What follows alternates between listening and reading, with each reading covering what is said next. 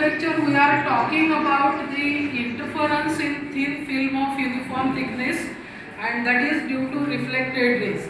By thin film we mean the film of the thickness which is comparable with wavelength of light, and by uniform thickness we mean that the thickness of film will be same at each point throughout the film.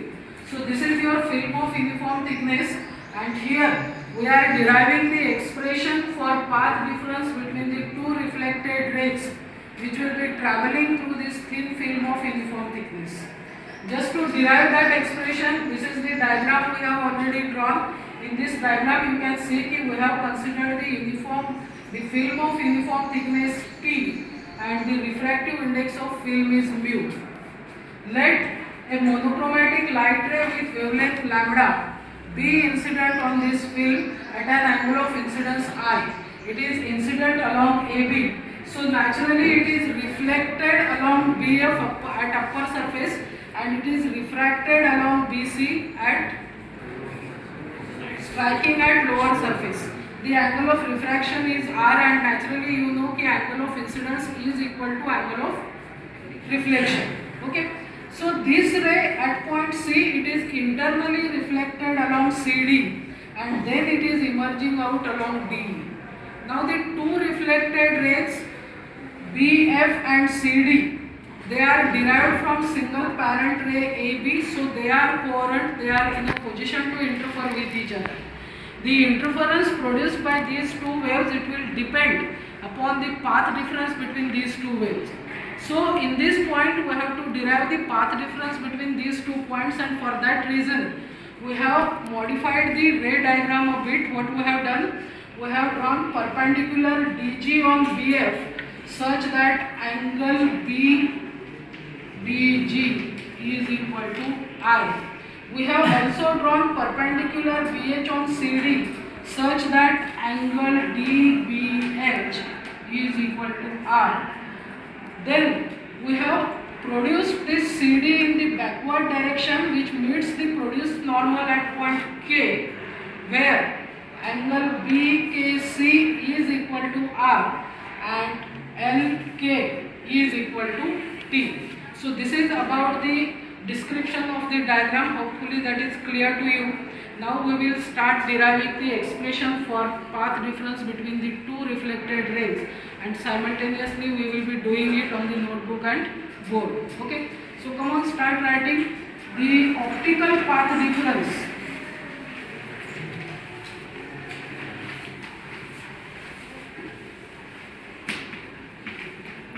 between BF and DE.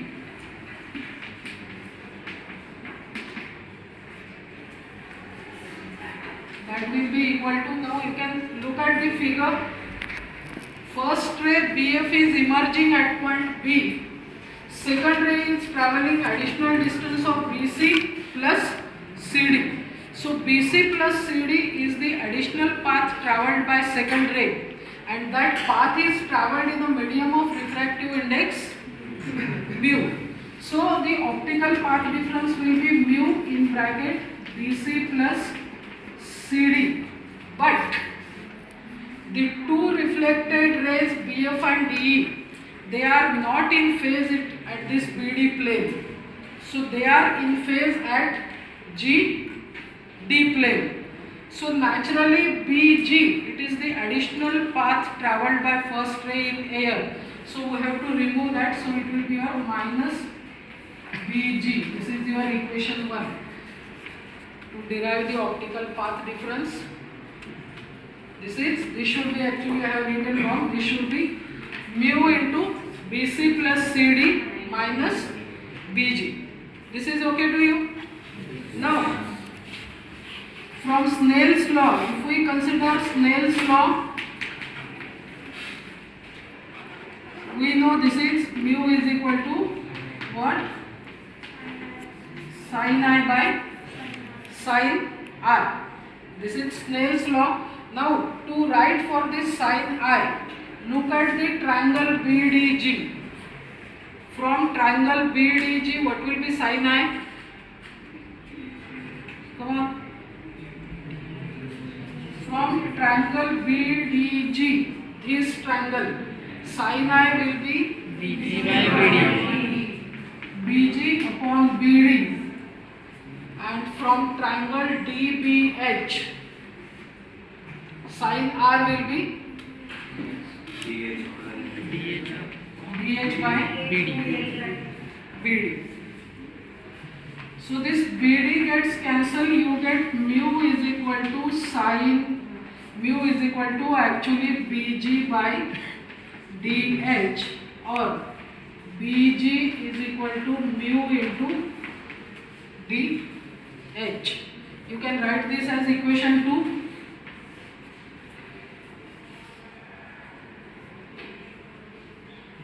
Is that okay to you? Mu is equal to BG by DH, or BG is equal to mu into DH. Now put this in equation 1. Put for BG in equation 1, we can write the path difference is equal to mu BC plus. Now look at CD. If we split, it becomes CH plus HD. So it will be in bracket BC plus CH plus HD minus mu into DH. Is that okay? Now this DH and HD, they will be cancelled, so you get path difference delta is equal to mu BC plus CH, and you can write down equation 3 for this. Coming back to diagram, look in the diagram, what is BC plus CH? दिसतंय तिकडच्या मुलांना? If not, you can shift the place. BC plus CH. लक्षात आलं तुमच्या? What will be BC plus CH equal to? Look at the diagram carefully. Use your very fundamental concepts you have learned in 8th, 9th standard. BC plus CH. BC is equal to KC because triangle BCK is which triangle? Isosceles. So BC is equal to KC. So we can write down BC plus CH, that is equal to KH. Therefore, delta will be equal to mu into KH. This we can take as equation 4. Delta is equal to mu into KH. Now we have to find out what is KH. Now look at the diagram again. This is KH, one side of the triangle. Which triangle? BKH. Now using trigonometry from triangle BKH, from triangle BKH, what will be KH? Come on, think of it and tell me quickly. What is KH is equal to?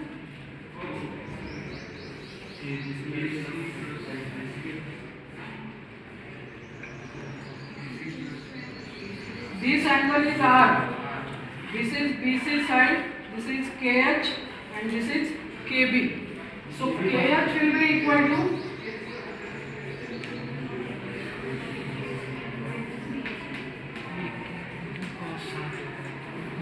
KH is equal to BK cos R.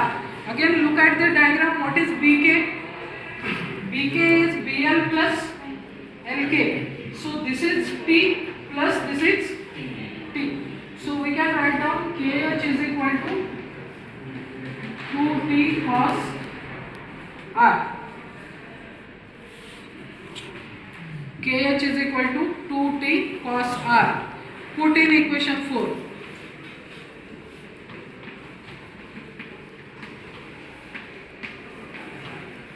What you get? Path difference is equal to 2 mu T cos R.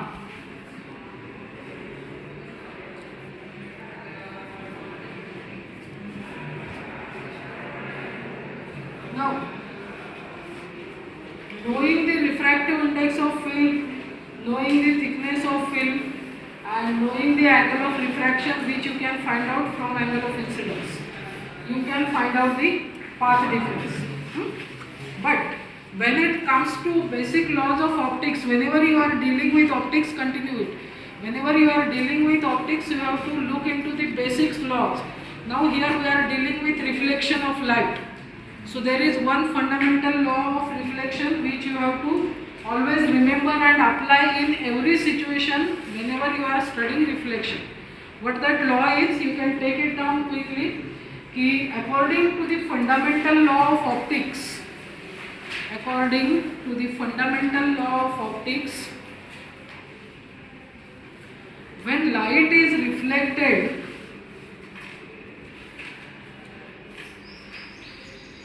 at a surface followed by denser medium,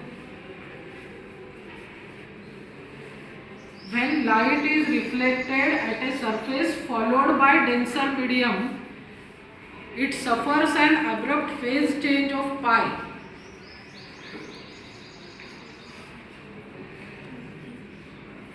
Which is equal to path difference of lambda by 2. It suffers an abrupt phase change of pi, which is equal to path difference of lambda by 2.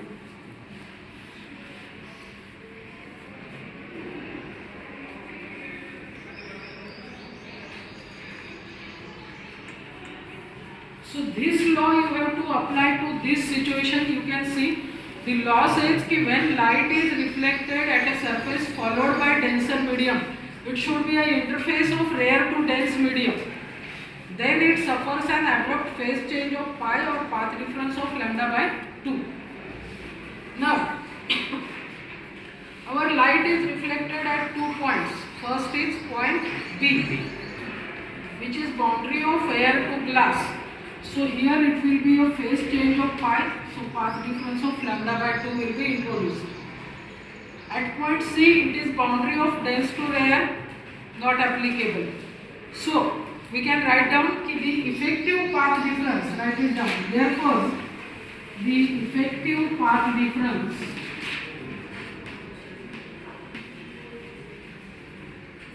between the reflected rays